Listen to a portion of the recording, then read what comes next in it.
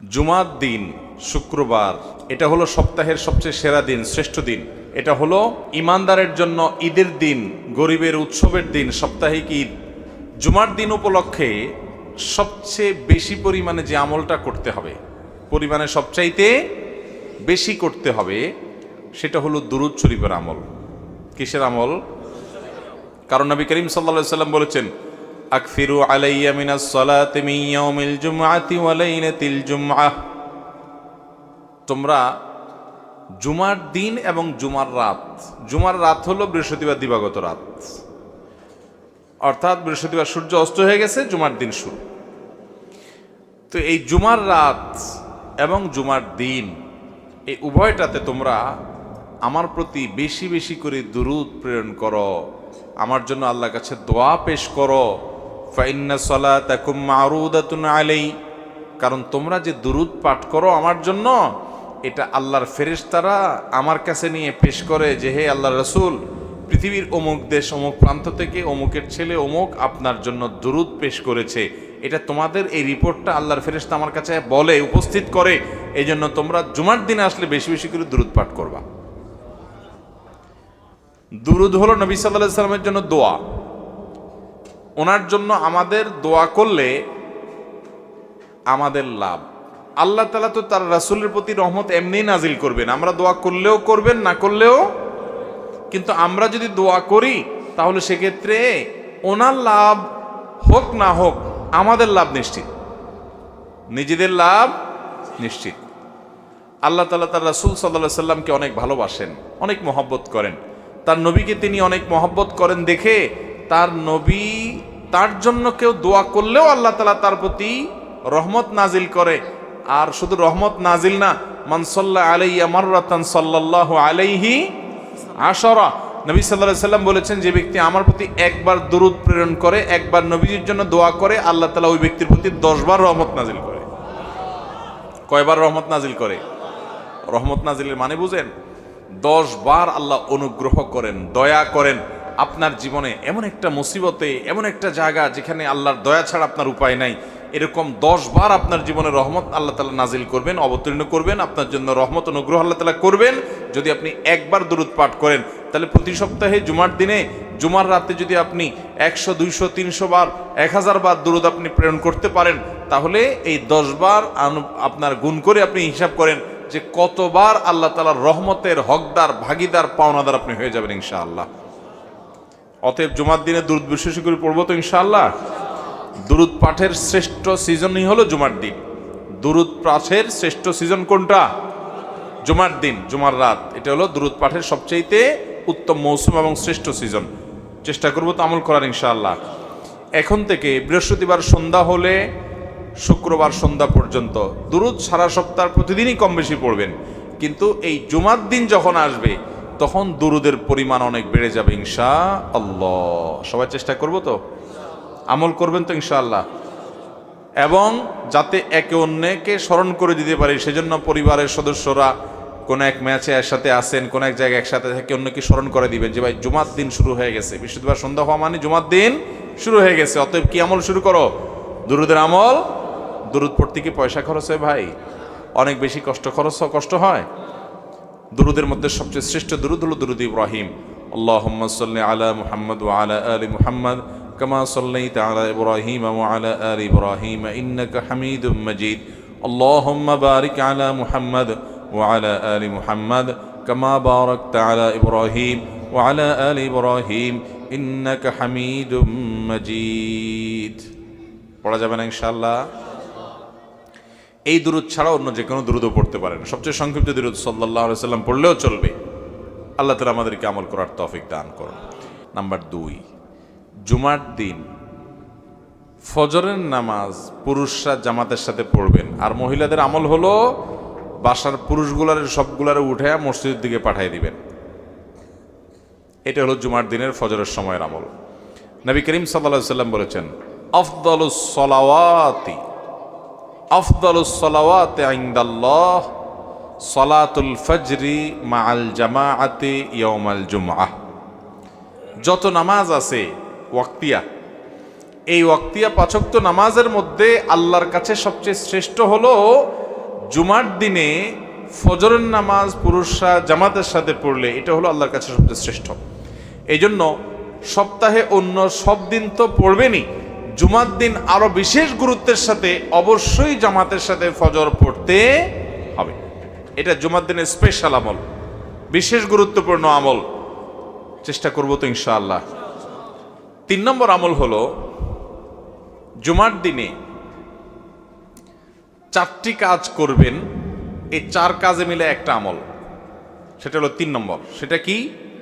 নবী আলাইহিস সালাম বলেছেন, মান বাক্কারা ইয়াউমাল জুমআতি ওয়াবতাকার, যে জুমার দিন আগে আগে ঘুম থেকে উঠবে, ভোরে ঘুম থেকে উঠবে, ওই যে ফজর পড়বে, ওয়াগাসসালা ওয়াগতাসাল, ফরজ গোসল হলে ফরজ গোসল করবে এবং উত্তম রূপে গোসল করবে জুমার দিনের জন্য, এবং ওয়ামাশা ইলাল মসজিদি ওয়ালাম ইয়ারকাব, পায়ে হেঁটে মসজিদে যাবে, বাহনে চড়বে না। ওয়াদানা মিনাল ইমামি ওয়ালাম ইয়ালগু, ইমামের খুব কাছাকাছি গিয়ে বসবে, আগে আগে যাবে, ইমামের একদম কাছাকাছি গিয়ে বসবে, এবং খুতবা শেষ হবে, নামাজ শেষ হবে, এর মধ্যে কোনো বেহুদা কথা বলবে না, বেহুদা কাজ করবে না। মসজিদে গিয়ে যত সময় সম্ভব 2 রাকাত করে নফল নামাজ পড়বে, কোরআন তেলাওয়াত করবে, ভালো কাজ করবে, বেহুদা কাজ করবে না, চুপচাপ খুতবা শুনবে। এই 4 কাজ যদি কেউ করে, আবারও বলি 4 কাজ কি কি? আগে আগে ঘুম থেকে উঠা, আগে আগে মসজিদে যাওয়া, গোসল করা উত্তম রূপে, পায়ে হেঁটে মসজিদে যাওয়া, ইমামের কাছাকাছি গিয়ে বসা, অহেতুক কথা কাজ না করা। এই 4 কাজ যদি কেউ করে, নবী করিম সাল্লাল্লাহু আলাইহি সাল্লাম বলেছেন, আল্লাহ রাব্বুল আলামিন তাকে এই কাজগুলোর বিনিময়ে, সে যে বাসা থেকে মসজিদ পর্যন্ত আসলো, প্রতি কদমে 1 বছর রাত জেগে নফল নামাজ পড়া আর দিনে নফল রোজা রাখার সব আল্লাহ তাআলা তাকে দান করবেন, প্রতি কদমের বিনিময়ে। তাহলে আপনার বাড়ি থেকে মসজিদে আসতে যদি 200 কদম হয়, 200 কদম হইলে 200 বছর রাত জেগে তাহাজ্জুদ পড়া আর দিনভর নফল রোজা রাখা, টানা 200 বছর পর্যন্ত করা, এটার সব আপনি পাবেন প্রতি সপ্তাহে চাইলেই। অনেক মুহাদ্দিস এবং অনেক হাদিস বিশ্লেষক ওলামা একরাম বলেছেন, কোরআন হাদিসে যত আমলের, যত ফজিলতের কথা বলা আছে, এর চাইতে কোনো ফজিলতপূর্ণ আমল আরেকটা আর নাই। মানে এত বিপুল পরিমাণ সওয়াবের কথা অন্য কোনো আমলের বিপরীতে আল্লাহ ওয়াদা করেন নাই।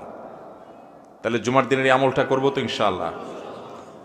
আগে আগে ঘুম থেকে উঠা, ওই যে ফজর তো মসজিদে পড়বি, এবং উত্তম রূপে গোসল করা, পায়ে হেঁটে মসজিদে যাওয়া, ইমামের কাছাকাছি গিয়ে বসে খুতবা শ্রবণ করা পর্যন্ত কোনো কথাবার্তা না বলা, তেলাওয়াত জিকির আজকার ইত্যাদিতে মশগুল থাকা।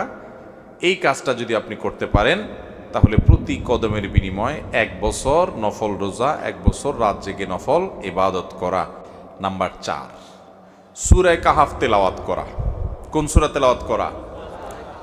এমন একটা সময় আমরা আসি ভাইরা, কিয়ামত যে খুব নিকটবর্তী হয়ে গেছে সেটা বিভিন্ন আলামত দ্বারা বোঝা যায়। নবী করিম সাল্লাল্লাহু আলাইহি সাল্লাম বলেছেন যে শেষ জমানাতে কিয়ামতের আগে ঈমান ধরে রাখা, এটা হলো হাতে জ্বলন্ত কয়লা মোট করে ধরে রাখার চাইতে কঠিন। ওইটা যেরকম কঠিন কাজ, ঈমান রাখাটা সেরকম কঠিন কাজ। সেরকম সময় কিন্তু আমরা পার করতেছি এখন ভাইরা। এই রকম সময়ে আল্লাহ তাআলা আমাদেরকে, আমাদের ঈমানকে, আমলকে, তাকওয়াকে ফিতনা মুক্ত রাখুন। আমরা চাই কি চাই না? যদি চান তাহলে একটা বড় আমল হলো সূরা কাহাফ। সূরা কাহাফ, নবী করিম সাল্লাল্লাহু আলাইহি ওয়াসাল্লাম বলেছেন, সূরা কাহাফ যে জুমার দিন তেলাওয়াত করবে, এটা তার জন্য আলোর কাজ দিবে, আলো, লাইট, ফোকাসের কাজ দিবে। ফিতনার অন্ধকার, কোন দিকে যাবেন বুঝতে পারতেছেন না, এক একজন এক এক দিক ডাকতেছে, এই সূরা তেলাওয়াত করবেন, আল্লাহ তাআলা আপনাকে পথ দেখাবেন, আল্লাহ নিজে গাইড করবেন আপনাকে। ফিতনার সময় মানুষ দাজ্জালে ফিতনা, দাজ্জালি পনার ফিতনায় পড়বে, আল্লাহ আপনাকে হেদায়েতের পথে গাইডলাইন করবেন। এবং কিয়ামতের দিন যখন অন্ধকারে, ঘুটঘুটে অন্ধকারে মানুষ থাকবে, আল্লাহ আপনাকে গাইড করবেন। কিসের বিনিময়ে? সূরা কাহাফ তেলাওয়াত করার। বিশেষ করে সূরা কাহাফের প্রথম 10 আয়াত যদি কেউ তেলাওয়াত করে, আল্লাহ তাআলা তাকে দাজ্জালে ফিতনা থেকে বাঁচাবেন। এই ওয়াদা নবী সাল্লাল্লাহু আলাইহি ওয়াসাল্লাম করেছেন। এই জন্য জুমার দিন কখনো সূরা কাহাফের তেলাওয়াত ছাড়া যাবে না ইনশাআল্লাহ। চেষ্টা করব তো। তাহলে কয়টা আমল গেল কথা? 4টা। প্রথমটা কি গেল? দরুদ শরীফ। দ্বিতীয়টা ফজর নামাজ জামাতের সাথে পড়া। 3 নম্বরটা ঘুম থেকে আগে উঠে উত্তমরূপে গোসল করে পায়ে হেঁটে মসজিদে গিয়ে ইমামের কাছাকাছি গিয়ে বসে খুতবা শোনা, অনর্থক কাজ না করা। 4 নম্বর সূরা কাহফ তেলাওয়াত করা। মাশাআল্লাহ, আপনারা খুব মনোযোগ দিয়ে শুনছেন, দেখা গেছে আমল করবেন তো সবাই ইনশাআল্লাহ। 5 নম্বর হলো জুমার দিনে একটা সময় দোয়া কবুল হয়।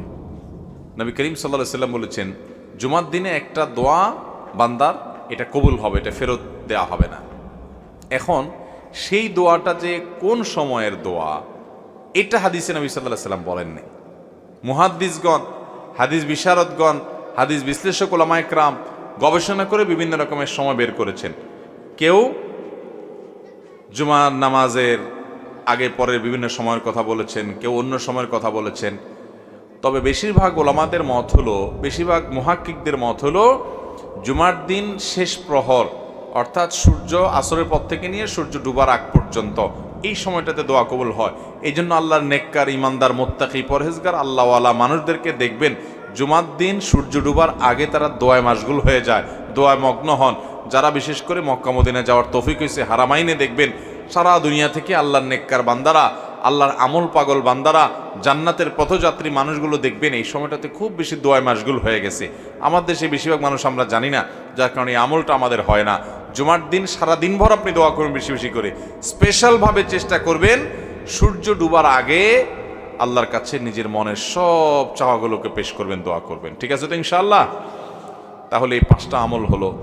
এই 5টা আমল প্রত্যেক জুমা আমরা করার চেষ্টা করব। দুরুদ বেশি বেশি করে পড়া, জুমার দিন পুরুষরা ফজর নামাজ জামাতের সাথে পড়া, মহিলারা পুরুষদেরকে উঠায়া যে কোনোভাবে হোক বৃহস্পতিবারে তাড়াতাড়ি শোয়াই দিবেন ছেলেদেরকে, যেন তারা ফজর নামাজ জামাতের সাথে পড়ার নিয়তে শোয়, আগে আগে শোয়াই দিবেন যাতে করে তারা পড়তে পারে। এরপরে ঘুম থেকে উঠাই দিবেন, আপনার এর মাধ্যমে এই সওয়াব পাবেন। এবং সেই সাথে সূরা কাহফ তেলাওয়াত করবেন এবং মসজিদে ওই যে তাড়াতাড়ি আসবেন, জুমার নামাজে ইমাম সাহেবের কাছাকাছি যাবেন, গোসল করবেন, পায়ে হেঁটে আসবেন, এগুলো করবেন। এবং সর্বশেষ হলো দোয়া করবেন দিনভর, বিশেষ করে সূর্য ডুবার আগে আগে। আমল করবো তো ইনশাআল্লাহ, চেষ্টা করবো তো সবাই ইনশাআল্লাহ।